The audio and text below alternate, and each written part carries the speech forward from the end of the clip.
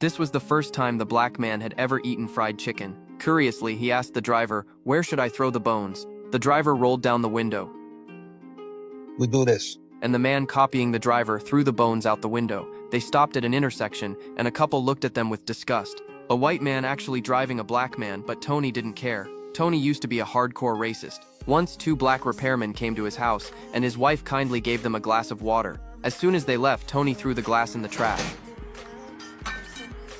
Not long after, Tony lost his job, and his family lost their source of income. He entered a cooking contest and came home to tell his wife, "I won $50, but this isn't a long-term solution." One day, a friend told him about a job opening. A pianist was looking for a driver, and Tony got excited, until he found out his employer was black. The pianist was about to go on tour in the South, a region known for its extreme racism. He needed more than just a driver. The pianist said, "You're really good. I've heard about you from people around town. You've got a way with handling trouble." Tony thought it over all night, and the next day he decided to take the job. Before leaving, the butler handed him a green book. It listed hotels along the tour route that would accept black people. Without it, black people could hardly travel at all back then. On the road, the doctor gave Tony two requests. First, the piano had to be a Steinway. Second, he needed a bottle of whiskey every night.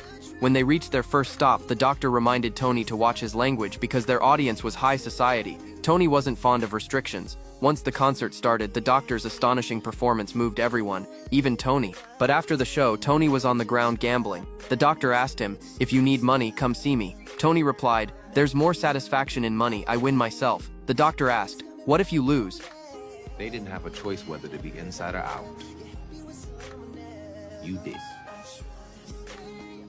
That night, Tony wrote his first letter to his wife mentioning the doctor. As he watched the doctor play the piano, he realized the pianist had forgotten he was black. He was a true genius, but for some reason, he always seemed so sad. The next day, they arrived at their next stop. When Tony checked the venue, he found an old broken-down piano covered in trash. He asked the staff, "Where's the Steinway you promised?" One of them sneered.